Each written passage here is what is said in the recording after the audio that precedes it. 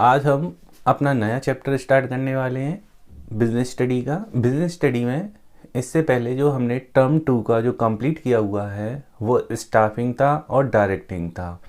आज हम जो चैप्टर स्टार्ट करने वाले हैं वो है हमारा कंट्रोलिंग। ये छोटू सा चैप्टर है जिसे हम इसी वीडियो में कंप्लीट करके इसे ख़त्म करेंगे। ठीक है, तो चलिए समझते हैं कंट्रोलिंग क्या होता है।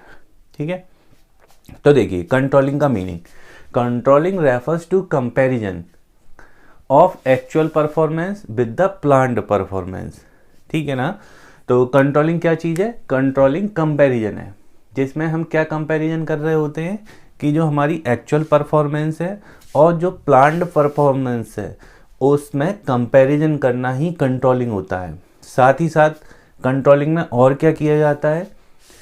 एंड टेकिंग करेक्टिव एक्शन, ये करेक्टिव एक्शन भी टेक किए जाते हैं अगर कोई डेविएशन होता है, यानी कि जैसा हमने सोचा था अगर हमने वैसा कर लिया तो कंट्रोलिंग करने की नीड नहीं है।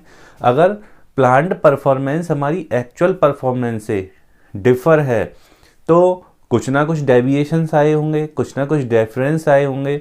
उन डिफरेंस को करेक्ट करने के लिए एक्शन टेक करना भी कंट्रोलिंग का पार्ट होता है। ठीक है ना, तो अब समझिए कंट्रोलिंग क्या होती है। कंट्रोलिंग का मतलब होता है कंपैरिजन करना एक्चुअल परफॉर्मेंस को प्लान्ड परफॉर्मेंस के साथ में। ठीक है, साथ ही साथ क्या करना? Taking corrective action, taking corrective action in case of deviation between actual and planned performance. ठीक है ना, तो ये था कंट्रोलिंग। एक मैनेजर को अपने ऑर्गेनाइजेशन में उसने जो प्लानिंग करी थी उसके साथ एक्चुअल परफॉर्मेंस को कंपेयर करना, कंट्रोलिंग करना होता है और एक मैनेजर को ये काम करना होता है। तो ये था इसका मीनिंग।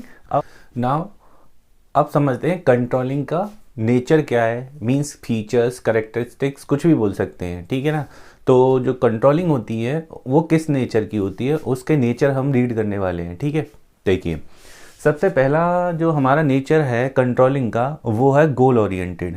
ठीक है ना, तो कंट्रोलिंग क्या करती है? कंट्रोलिंग ये चेकिंग करती है कि जो रिसोर्सेज हैं उनको इफ़ेक्टिवली और एफिशिएंटली उनका यूज़ हो पा रहा है कि नहीं हो पा रहा है। अगर कोई ऑर्गेनाइजेशन गोल अचीव करना चाहती है अपना, तो उसे उसके जो रिसोर्सेज हैं उनका एफिशिएंटली और इफेक्टिवली यूज़ करवाना होगा और ये काम कंट्रोलिंग सबसे अच्छा करती है। ठीक है ना, नेक्स्ट फीचर देखते हैं परवेसिव। कंट्रोलिंग क्या करती है? मैनेजमेंट के जो लेवल है उन सभी लेवल पे कंट्रोलिंग की जाती है। ये कंप्लीट रिव्यू करती है कंट्रोलिंग मैनेजमेंट के सभी लेवल पे। ठीक है, नेक्स्ट आता है कंट्रोलिंग का एक फीचर है बैकवर्ड लुकिंग और फॉरवर्ड लुकिंग। अब ये बैकवर्ड लुकिंग क्या है? तो बैकवर्ड लुकिंग का मतलब ये है कि सपोज एक ऑर्गेनाइजेशन है और उसने एक अपना स्टैंडर्ड सेट किया कि वो 12,000 यूनिट्स प्रोड्यूस करेंगे किसी भी चीज़ की।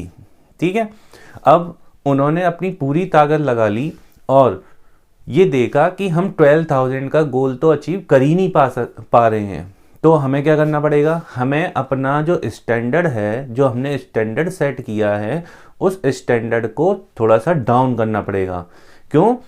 हमने कंट्रोलिंग के अंडर में देखा कि ऑर्गेनाइजेशन ने अपनी पूरी पावर यूज़ करके केवल 10,000 यूनिट्स का प्रोडक्शन कर पाया और हमने जो स्टैंडर्ड सेट कर रखा था वो 12,000 यूनिट्स प्रोड्यूस करने का स्टैंडर्ड सेट कर रखा था। तो हमें क्या करना पड़ेगा? बैकवर्ड लुकिंग करनी पड़ेगी, अपने स्टैंडर्ड को रिवाइज करना होगा और अपना स्टैंडर्ड थोड़ा सा कम करना पड़ेगा। ठीक है, नेक्स्ट हो सकता है फॉरवर्ड लुकिंग। अब ये फॉरवर्ड लुकिंग क्या होती है? फॉरवर्ड लुकिंग में क्या होता है कि सपोज किसी ऑर्गेनाइजेशन ने 12,000 का स्टैंडर्ड सेट करा है कि वो एक साल में 12,000 यूनिट्स प्रोड्यूस करेंगे। ठीक है, बट हुआ क्या? जब उन्होंने प्रोडक्शन किया तो वो 12,000 से ज़्यादा भी प्रोड्यूस कर सकते थे। उन्होंने देखा कि हमने अपनी पूरी पावर लगा के देखा कि जो 12,000 का स्टैंडर्ड है उसे हम अचीव कर सकते हैं और उससे ज़्यादा भी हम प्रोडक्शन कर सकते हैं। तो यहाँ पर हमें फॉरवर्ड लुकिंग करनी पड़ेगी, अपने स्टैंडर्ड को और ज़्यादा सेट करना पड़ेगा। तो कंट्रोलिंग फॉरवर्ड लुकिंग भी करवाती है और बैकवर्ड लुकिंग का भी काम करवाती है। ठीक है, नेक्स्ट आता है कॉन्टिन्यूस प्रोसेस। कॉन्टिन्यूस प्रोसेस में क्या होता है कि कंट्रोलिंग जो रिव्यू करती है, परफॉर्मेंस का रिव्यू करती है, कंटिन्यूस बेसिस पे करती रहती है कि हर लेवल पे ये काम हो रहा है कि नहीं हो रहा, जो हमने स्टैंडर्ड सेट करे थे उन स्टैंडर्ड के अकॉर्डिंग वर्क एक ऑर्गेनाइजेशन में चल रहा है कि नहीं चल रहा है। तो कंट्रोलिंग क्या करती है, कंटिन्यूस बेसिस पर रिव्यू ऑफ परफॉर्मेंस करती रहती है। तो गाइज ये थे कंट्रोलिंग के फीचर्स, यानी हम इन्हें नेचर और करेक्टरिस्टिक्स कुछ भी बोल सकते हैं, ठीक है। तो इनको ध्यान रखना है आपको। स्टूडेंट अब समझते हैं कंट्रोलिंग की इम्पोर्टेंस। कंट्रोलिंग क्यों ज़रूरी है, किसी ऑर्गेनाइजेशन में कंट्रोलिंग का होना क्यों ज़रूरी है, ठीक है। तो देखिए कंट्रोलिंग की इम्पोर्टेंस, कंट्रोलिंग की इम्पोर्टेंस में सबसे पहली इम्पोर्टेंस है अकम्प्लिशिंग ऑर्गेनाइजेशन गोल, अकम्प्लिशिंग ऑर्गेनाइजेशन गोल्स, ठीक है। तो किसी भी ऑर्गेनाइजेशन में ये देखा जाता है कि जो ऑर्गेनाइजेशन है वो अपने गोल की तरफ बढ़ रही है कि नहीं बढ़ रही है, यानी जो राइट ट्रैक होता है गोल को अचीव करने का, उस राइट ट्रैक पर एक ऑर्गेनाइजेशन चल रही है कि नहीं चल रही है। अगर नहीं चल रही है तो उसके स्टैंडर्ड को चेक किया जाता है, उनके ऑब्जेक्टिव को चेक किया जाता है। तो कंट्रोलिंग सबसे पहला काम क्या करती है, जो जिस ट्रैक पर एक ऑर्गेनाइजेशन गोल अचीव करने के लिए चल रही है उस पर राइट तरीके से चल रही है कि नहीं चल रही है, और यदि उसमें कुछ चेंजेस होना है तो वो चेंजेस भी होना पड़ेगा, करना पड़ेगा, क्योंकि जो स्टैंडर्ड सेट किए जाते हैं एक ऑर्गेनाइजेशन में वो स्टैंडर्ड फ्लेक्सिबल सेट किए जाते हैं, जिन्हें टाइम टू टाइम वक्त पड़ने पर ज़रूरत के हिसाब से चेंज किया जा सकते हैं, उनको चेंज किया जा सकता है, ठीक है। तो ये भी ध्यान रखा जाता है। तो सबसे पहली जो इम्पोर्टेंस है वो है अकम्प्लिशिंग ऑर्गेनाइजेशन गोल्स, ठीक है ना। गोल को अचीव करने में कंट्रोलिंग हेल्प करती है, ठीक है। उसके ट्रैक को चेक करती है, उसके स्टैंडर्ड को चेक करती है, उसके ऑब्जेक्टिव को चेक करती है, ठीक। Second, judging accuracy of standards. अब कोई ऑर्गेनाइजेशन सबसे पहले क्या करती है, अपने स्टैंडर्ड को चेक, अपने स्टैंडर्ड सेट करती है। स्टैंडर्ड का मतलब, जैसे एक एग्जांपल लिया जाए कि आप हैं, आप अपनी 99%, 98%, 99% की थिंकिंग कर रहे हैं, तो आपने एक स्टैंडर्ड चेक कर रखा है कि 98% मेरे को लाना ही लाना है। अब जब आप क्या कर रहे हैं, अब आप स्टडी कर रहे हैं, तो आपने एक्चुअल लेवल पे जाना कि 98 पॉसिबल नहीं है, मैं 96 तक अचीव कर सकता हूँ। तो इस तरीके से खुद को जज करना, ये भी कंट्रोलिंग का एक इम्पॉर्टेंस होती है। तो कंट्रोलिंग क्या करती है, कंट्रोलिंग एक ऑर्गेनाइजेशन में जो स्टैंडर्ड सेट किए गए हैं उस स्टैंडर्ड के अकॉर्डिंग एक ऑर्गेनाइजेशन जा रही है कि नहीं जा रही है, वो उस स्टैंडर्ड को अचीव कर पाएगी कि नहीं कर पाएगी, इसको जज करने का काम भी कंट्रोलिंग करती है, ठीक है। Next, making efficient use of resources. Controlling सबसे पहले, जैसे कि इसका नेचर भी था गोल ओरिएंटेड, तो कंट्रोलिंग क्या करती है कि जो रिसोर्सेज हैं एक ऑर्गेनाइजेशन में, जो रिसोर्सेज हैं उनका एफिशिएंट और इफेक्टिवली यूज़ हो पा रहा है कि नहीं हो पा रहा है, कहीं वो अंडर कंट्रोल में तो नहीं है। मींस जिन रिसोर्सेज का फुली यूटिलाइजेशन होना चाहिए था उनका फुली यूटिलाइजेशन हो पा रहा है कि नहीं हो पा रहा है ना। तो इस तरीके से रिसोर्सेज का एफिशिएंट यूज़ करने का काम भी कंट्रोलिंग करती है, ठीक है। Next, improving employ motivation. अब एक ऑर्गेनाइजेशन में जो भी वर्क कराया जाएगा एम्प्लॉय से कराया जाएगा और एम्प्लॉय पे ही कंट्रोलिंग करनी है। तो जो एम्प्लॉय हैं उनके अंदर मोटिवेशन बना रहे, ये भी कंट्रोलिंग की एक पार्ट होती है। कंट्रोलिंग इस चीज़ को भी चेक करती है कि एम्प्लॉय के अंडर में मोटिवेशन क्रिएट हो पा रहा है कि नहीं हो रहा है। अगर उनमें मोटिवेशन की कमी है तो उन्हें मोटिवेट करने का काम कंट्रोलिंग का भी होता है, ठीक है ना। तो उनके अंदर मोटिवेशन को इम्प्रूव कराना भी कंट्रोलिंग की एक इम्पोर्टेंस होती है। नेक्स्ट आते हैं इंश्योरिंग ऑर्डर एंड डिसिप्लिन।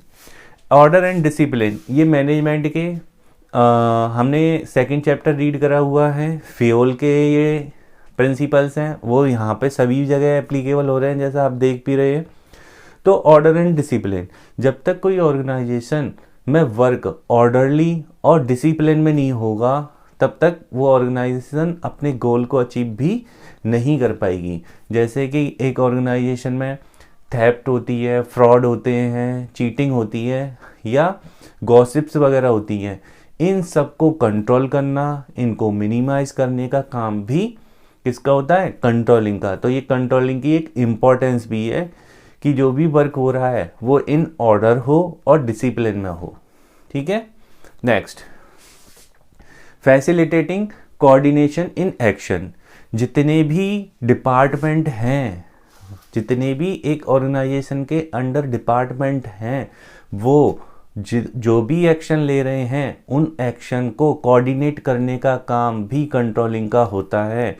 कि परचेज डिपार्टमेंट है, सेल डिपार्टमेंट है, मार्केटिंग डिपार्टमेंट है, एनी अदर डिफरेंट डिपार्टमेंट हैं, उनमें कोऑर्डिनेशन बना रहे और ऑर्गेनाइजेशन का गोल अचीव हो जाए। ये उनके बीच में कोऑर्डिनेशन क्रिएट करना भी कंट्रोलिंग की एक पार्ट होती है, कंट्रोलिंग की एक इम्पोर्टेंस होती है। सो गाइस, ये थे इसके इम्पोर्टेंस। अब हम इसकी लिमिटेशन पढ़ेंगे और उसके बाद उसकी प्रोसेस को। ओके, कंट्रोलिंग की लिमिटेशंस को स्टडी करते हैं कि कंट्रोलिंग में क्या क्या कमी है, किन किन चीज़ों पे कंट्रोल नहीं हो पाता है। ठीक है। तो कंट्रोलिंग में सबसे पहली लिमिटेशन जो आती है वो है क्वांटिटेटिव स्टैंडर्ड सेट करना। ठीक है। इसमें डिफ़िकल्टी होती है। जैसे स्टैंडर्ड कैसे सेट करना है, सपोज ह्यूमन बिहेवियर या एम्प्लॉयज़ बिहेवियर या एम्प्लॉय के मोरल में, इनमें क्वांटिटी कैसे सेट की जाएगी, ये डिफ़िकल्टी होती है। यानी कि स्टैंडर्ड दो तरीके के सेट होते हैं, एक क्वालिटेटिव और एक क्वांटिटेटिव। तो हम क्वालिटेटिव स्टैंडर्ड की बात नहीं कर रहे हैं, हम कर रहे हैं क्वांटिटेटिव। ठीक है। तो जैसे कि एम्प्लॉय का बिहेवियर है, एम्प्लॉय का बिहेवियर या ह्यूमन बिहेवियर को क्वांटिटी में कैसे सेट किया जाएगा, तो इस तरीके की प्रॉब्लम कंट्रोलिंग में रहती है। तो ये इसकी सबसे पहली लिमिटेशन बन जाती है। जो क्वांटिटेटिव स्टैंडर्ड होते हैं उनको सेट करने में डिफ़िकल्टी रहती है। ठीक है ना। तो difficulty in setting quantitative standard. ठीक है। Next, little control on external affairs. जो कंट्रोलिंग होती है वो इंटरनल फैक्टर्स पे तो फुली हो जाती है, यानी कि एक ऑर्गेनाइजेशन के अंडर में कंट्रोलिंग का फुल यूटिलाइजेशन हो जाता है, बट प्रॉब्लम कहाँ आती है? एक्सटर्नल अफेयर्स पे, एक्सटर्नल फैक्टर पे कंट्रोलिंग नहीं हो पाती है। कैसे? जैसे सपोज एक गवर्नमेंट पॉलिसी है, गवर्नमेंट पॉलिसी पे कंट्रोल हो नहीं सकता है। ठीक है ना। फैशन या टेक्नोलॉजी पे चेंज हो रहा है तो उस पर कंट्रोल नहीं हो सकता है। तो ये कुछ एक्सटर्नल फैक्टर्स होते हैं जिन पर कंट्रोलिंग वर्क नहीं कर पाती है। इसलिए ये भी एक लिमिटेशन बन जाती है कंट्रोलिंग की, कि एक्सटर्नल फैक्टर्स पे इसका कंट्रोल बहुत ही कम हो पाता है। Third limitation, resistance from employees. Resistance from employ का मतलब है कि एम्प्लॉय में सेटिस्फैक्शन नहीं हो पाता है। क्यों? जब कंट्रोलिंग होगी तो एम्प्लॉय पे की वॉचिंग रखी जाती है। जैसे कि हमने देखा होगा कि कई सारे ऑर्गेनाइजेशन में सीसीटीवी कैमरा लगा दिए जाते हैं। तो सीसीटीवी कैमरा क्या करते हैं? एम्प्लॉयज़ की हर कंडीशन पे, हर वर्किंग पे नज़र रखते हैं और उन पे कंट्रोलिंग की जाती है। तो एम्प्लॉय के बीच में रेसिस्टेंस आ जाती है और इस रेस्ट्रिक्शन की वजह से एम्प्लॉय सेटिस्फाइड नहीं हो पाते हैं और हमेशा सेटिस्फैक्शन लेवल उनका डाउन रहता है। तो ये भी एक लिमिटेशन है कि एम्प्लॉय की तरफ से जो परफॉर्मेंस आनी चाहिए, कंट्रोलिंग की वजह से कई सारे एम्प्लॉय थोड़े से चिड़चिड़े हो जाते हैं, रेसिस्टेंस उनके बीच में आ जाती है। तो इसमें एम्प्लॉय क्या करने लग जाते हैं? विरोध उत्पन्न करने लग जाते हैं, विरोध करने लग जाते हैं रेसिस्टेंस के अंडर में। ठीक है ना।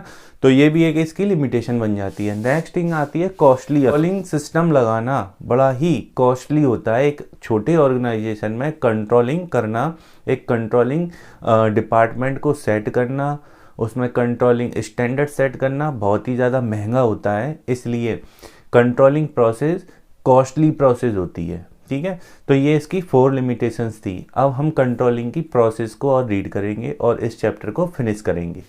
तो स्टूडेंट, ये हमारा इस चैप्टर का लास्ट टॉपिक है जिसमें हम कंट्रोलिंग की प्रोसेस को रीड करने वाले हैं। याद है, हमने जब कंट्रोलिंग की डेफिनेशन को रीड किया था, उसके मीनिंग को रीड किया था, तो उसका सेंस ये था कि कंट्रोलिंग है क्या। कंट्रोलिंग कंपैरिजन है, किस में? एक्चुअल परफॉर्मेंस में और प्लांट परफॉर्मेंस में। साथ ही साथ कंट्रोलिंग क्या करती है? Taking corrective action, corrective action को टेकिंग करती है अगर प्लांट में और एक्चुअल परफॉर्मेंस में कुछ डेविएशंस आ जाते हैं तो। ठीक है, तो यहाँ पर हम उस प्रोसेस को रीड करने वाले हैं। ठीक है, देखिए, सबसे पहली प्रोसेस, अगर आप किसी ऑर्गेनाइजेशन में कंट्रोलिंग एज अ मैनेजर कर रहे हैं, कंट्रोलिंग डिपार्टमेंट में हैं, तो सबसे पहले आप क्या करेंगे? Setting performance standard. सबसे पहले उस ऑर्गेनाइजेशन के परफॉर्मेंस स्टैंडर्ड को सेट करना कंट्रोलिंग का पहला पार्ट होता है। अब जो स्टैंडर्ड होते हैं 2 तरीके के होते हैं। सबसे पहला क्वांटिटेटिव स्टैंडर्ड। तो एक ऑर्गेनाइजेशन के अंडर में जो कंट्रोलिंग पार्ट होता है, वो कंट्रोलर क्या करता है? 2 परफॉर्मेंस स्टैंडर्ड सेट करता है, पहला क्वांटिटेटिव और second qualitative. Quantitative standard set करने के लिए उसे क्या क्या सेट करना होता है, फॉर एग्जांपल देखते हैं, जैसे कि कॉस्ट। एक ऑर्गेनाइजेशन किसी प्रोडक्शन को प्रोड्यूस कर रही है तो उसकी कॉस्ट को सेट करना, पहले से ही उस कॉस्ट को सेट कर देना। उन्हें रेवेन्यू कितनी अर्न करनी है, इसको सेट कर लेना। या आप कितनी यूनिट बनाने वाले हैं, यानी एक ऑर्गेनाइजेशन कितनी यूनिट प्रोड्यूस करने वाला है या कितनी यूनिट वो सोल्ड करने वाले हैं, इन सब को सेट करना क्वांटिटेटिव स्टैंडर्ड बोला जाता है। ठीक है ना? तो क्वांटिटेटिव स्टैंडर्ड क्या है? जिनको हम फिगर में बता सकें, ठीक है, जिनको फिगर में एक्सप्लेन किया जा सके, वो होते हैं क्वांटिटेटिव स्टैंडर्ड। ठीक है, सेकंड स्टैंडर्ड है क्वालिटेटिव स्टैंडर्ड। सेकंड स्टैंडर्ड है क्वालिटेटिव स्टैंडर्ड। क्वालिटेटिव स्टैंडर्ड कैसे स्टैंडर्ड होते हैं? जिनको हम फिगर्स में एक्सप्लेन नहीं कर सकते हैं, ऐसे स्टैंडर्ड होते हैं क्वालिटेटिव स्टैंडर्ड। जैसे एम्प्लॉय बिहेवियर या ह्यूमन बिहेवियर, ठीक है, एम्प्लॉय का मोरल, या आप कह सकते हैं गुडविल या मोटिवेशन लेवल। ये सब क्या है? ये क्वालिटेटिव स्टैंडर्ड होते हैं। इनको भी सेट किया जाता है, ये भी परफॉर्मेंस लेवल बढ़ाने का काम करते हैं। तो ये क्वालिटेटिव हैं और इनको भी सेट किया जाता है। तो सबसे पहला काम कंट्रोलिंग का क्या होता है? स्टैंडर्ड को सेट करना। जो परफॉर्मेंस लेवल के स्टैंडर्ड है उनको सेट किया जाता है 2 तरीके से, क्वांटिटेटिव और क्वालिटेटिव। क्वांटिटेटिव के अंडर में क्या आता है, क्वालिटेटिव के अंडर में क्या आता है? Okay, now second, measurement of actual performance. अब स्टैंडर्ड सेट कर लिए, यानी हमने स्टैंडर्ड की प्लानिंग कर ली।